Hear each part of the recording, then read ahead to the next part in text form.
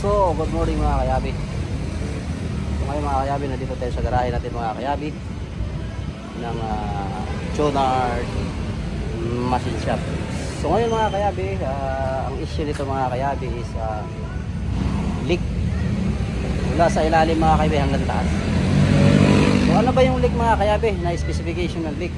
Karamihan yan mga kayabi is mga o-ring lang, gasket. So yun na nakita natin mga kayabi. Kahapon titingnan natin itong mga kayabi doon sa kanilang pwesto.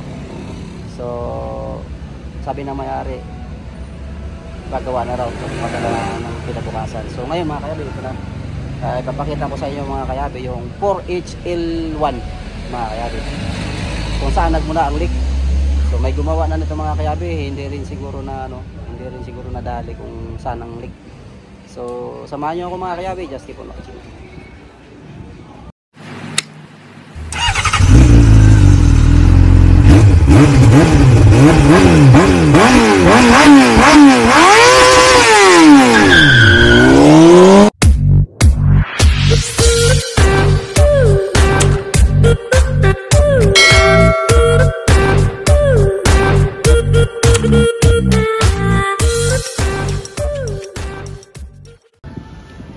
Welcome back to you by Junard Base Series Vlog. So ngayon mga kayabi, ang nangyari mga kayabi, tinanggal natin yung AGR. Linis na rin natin ito mamaya mga kayabi. So ang nangyari mga kayabi, ang 4HL1 kasi mga kayabi, CRDI, nandito sa loob yung injector. Ayan mga kayabi, ito yung injector. So nandito mga kayabi yung kanyang pressure line mga kayabi. So yung mga pressure line yan mga kayabi. Ang pressure line mga kayabi, nilagyan nila ng mga tiplon. So yun ang tinatawag natin mga kayabi na remedyo mga kayabi. Ayan o, nilagyan nila ng tiplon. So ngayon mga kayabi, ang status mga kayabi, nilagyan ng tiplon, kakapal. Ang mangyayari mga kayabi, para hindi yun malaglag yung langis. So ito yung oil seal mga kayabi. Ito yung oil seal mga kayabi ng ito, yung pressure line mga kayabi. Ito yung ano na to. Kahit anong lagyan mo pa ng tiplon yan mga kayabi, kung ito worse na to mga kayabi, matigas na. Ayan o. So dito yan nakasaksak mga kayabi yan. Yan. Diyan yan nakasaksak. Ayan, diyan yan nakasaksak mga kayabi. Ngayon mga kayabi, pag loose na to, ang pressure ng langis, ilalabas na dito. Ito, nakita nyo naman mga kayabi. Ito yung mga langis. Ito yung mga langis. Yan. Ihuhulog yan dun sa baba mga kayabi. Ngayon ang nangyari mga kayabi, yung crankcase gasket naapektuhan. So lumambot kasi langis yan mga kayabi. Pag uminit yung langis na umano sa guma mga kayabi, ang guma is mag-expand. I-expand yung guma, magkakaroon siya ng friction, luluwag. So maraming tagas dun mga kayabi sa ilalim. Yan, binabaklas na namin mga kayabi yung crankcase. So ngayon mga kayabi, yung papalitan natin, huwag na tayong magremedyo. Sa bagay pwede naman yung remedyo mga kayabi, gagawin natin ngayon, bukas papalitan. Huwag naman yung habang buhay na remedyo. Ito mga kayabi, papakita ko sa inyo remedyo. Ayan, ito remedyohan para mawala yung leak. So useless yun mga kayabi, nagbabayad tayo ng labor, tapos gagawa lang ng paraan para masabihin natin mawala na yung leak. Standard tayo mga kayabi, kung ano nagiging problema, tumbukin na natin. Kaya yan mga kayabi, binaklas ko yan lahat dito para madukot natin itong oil seal na to. Yan, dito yan nakasaksak mga kayabi. Yan, dyan yan, dito yan nakasaksak. Tanggal na pa. Ngayon pag maluwag, tanggal na. Di pa ba mo na yung crankcase? Kong, huwag kang tanawan dyan. Tulungan mong kuya mo paano ibaba.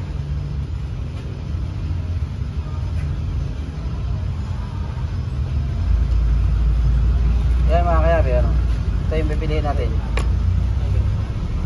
Pipiliin natin lahat yan. Tatanggalin na natin ng mga kung ano ba itong mga nilagay nilang tiplon.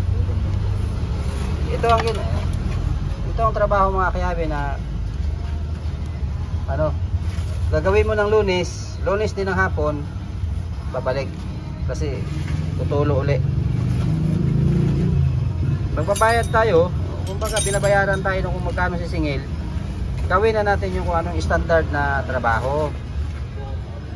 Hindi yung gagawa natin ng paraan na wala yung tulo, kinabukasan nandiyan na magmo-moist na naman. Kasi wala sa standard yung ating trabaho. Kaya mga kayabi, 4HL1 to mga kayabi. Yan ang oil seal ng 4HL1 sa pressure line nandito.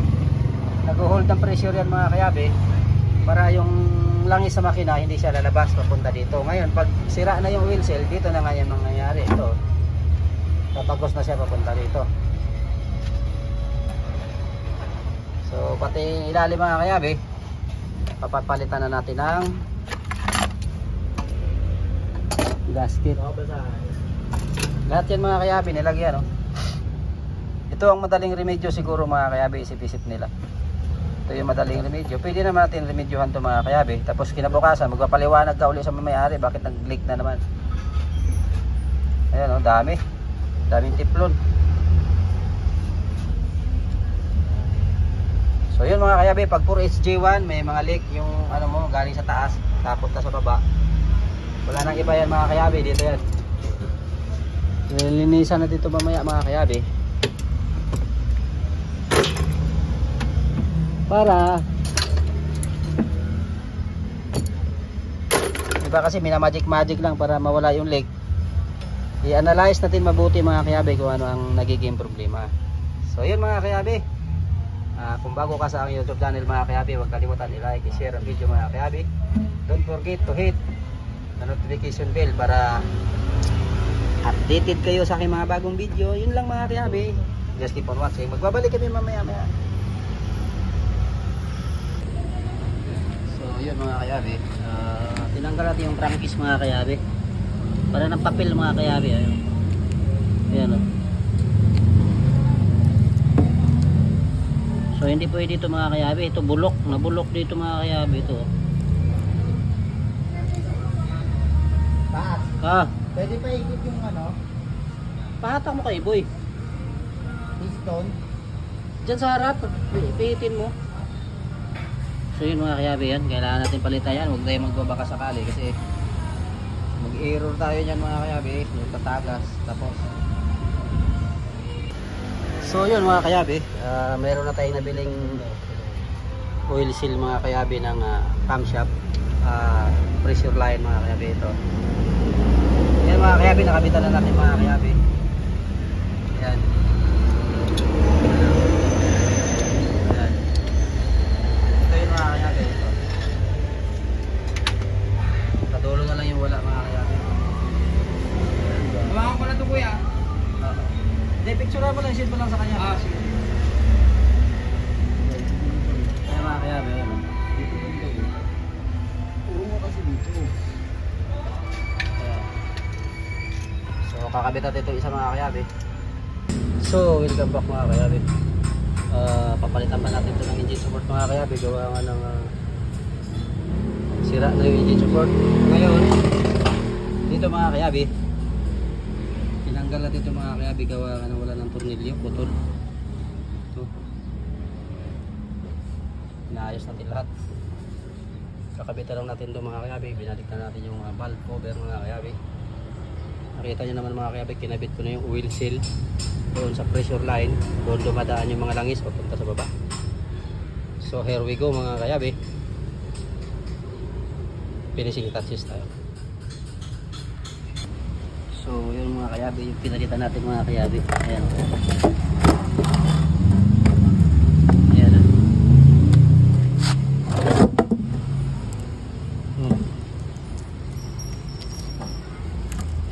tutupi na ng kamay. So tingnan natin yung kinabit natin mga kayabi.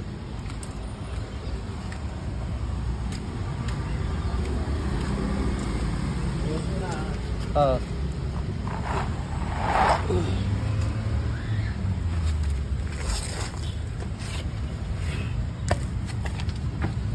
Ayan, malakas. Kayabi, oh. Ayan. Sariwa pa yan mga kayabi. Bago filter, ayan o.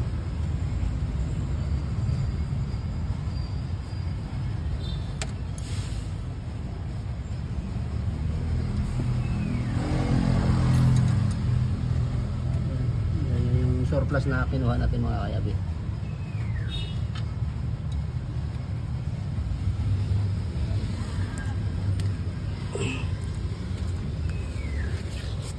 Sasalin na tayo mga kayabi ng langis. Engine support. Oh, isusunod na natin yan pagkatapos si kuya mo.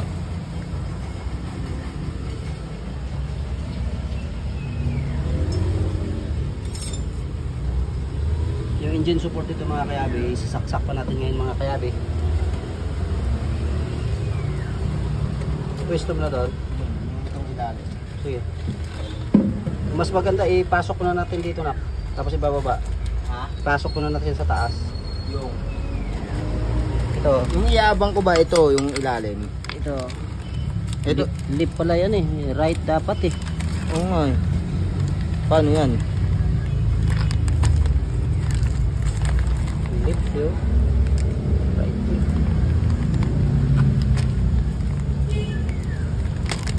Tingnan natin kung papasok. Sige, subukan mo. Iabang mo doon. Okay na. Kami na. Subukan muna natin bago natin balik. Okay.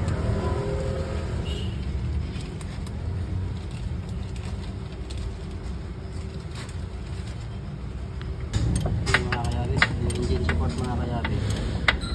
Ayan, bago yan mga kayabi. Kasi yung engine support yan mga kayabi yun.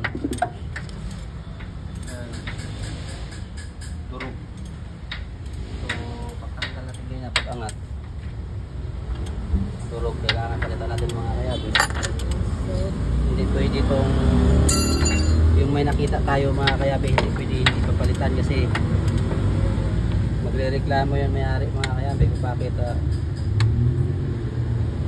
vibrate. Ma-vibrate kasi yan mga kayabi pag wala lang pumipigil sa makina pag umaandar. So kailangan natin na ipasabi pati yung crankcase durog na. Hanap tayo ng crankcase mga kayabi.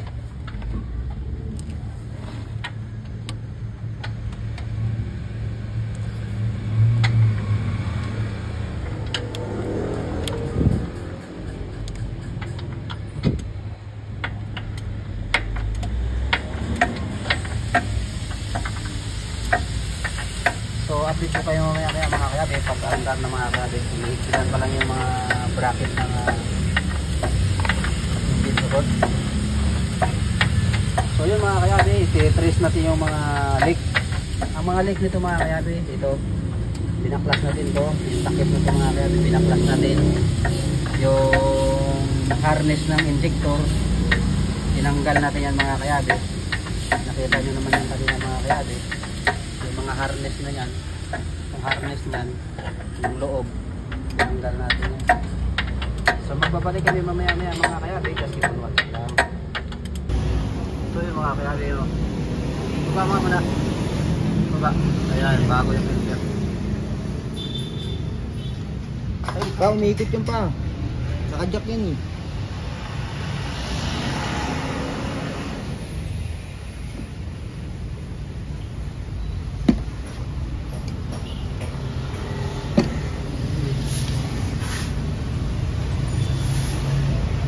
Tingnan mo lang yan. Tingnan mo lang yan.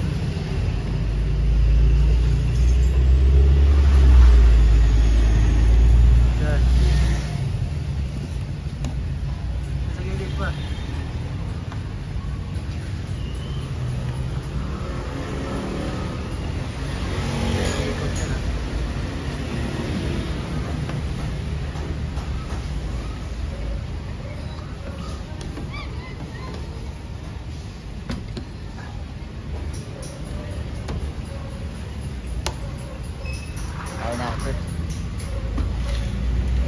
mo na yung mga jack na. Pwede na natin mga jack. Ay pa. Walang tulo yan. Tulo yan, hindi pa Kung kumain yan. pinalitan mo yung ano, puputok yan, di ba? Kunin mo na itong mga ano dito. Ha? Kunin mo na yung mga ano, jack. Jack. Doon yung karton.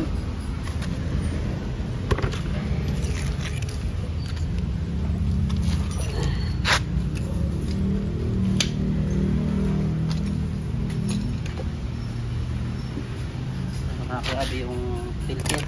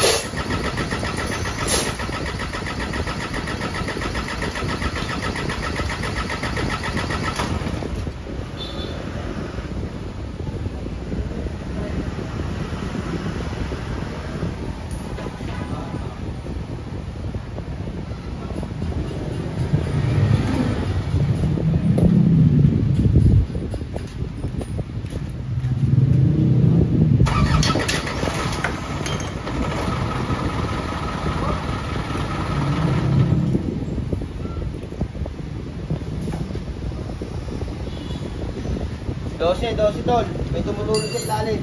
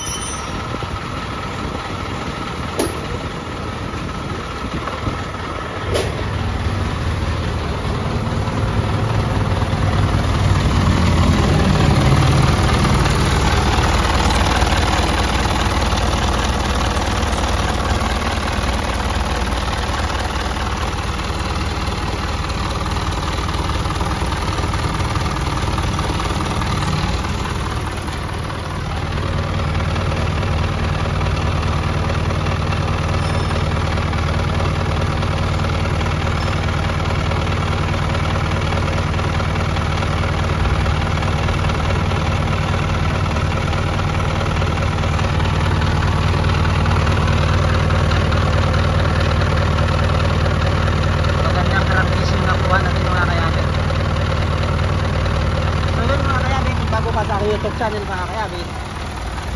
Huwag kalimutan i-hit ang notification bell mga kayabi para latest update mga kayabi, para mayroon pag nag-upload ako mga kayabi, mag-notify sa inyong So yun, welcome back mga kayabi. Ngayon mga kayabi, ito yung ano sa atin mga kayabi, nag-recommenda mga kayabi sa may-ari na pinuntahan natin sa Gatchalian mga kayabi. So maraming salamat sa iyo boss. Yes, boss. Sa iyong pag-recommenda sa akin. Sana marami pa tayong taong matutulungan mga kayabi, at nakita naman natin kung ano nagiging status ng makina mga kayabi. So yun mga kayabi, ano pangalan mo boss? Michael, boss, Michael. Baka may isa siya na. Shoutout sa pamilya ko, ingat kayo lagi. Pangalan? Basta, sino na So yun mga kayabi, kung bago ka sa YouTube channel mga kayabi, huwag kalimutan i-like, i-share ang video mga kayabi, at i-hit na rin ang notification bell para lagi kayong updated sa aking mga bagong video. So yun lang mga kayabi, just keep on watching.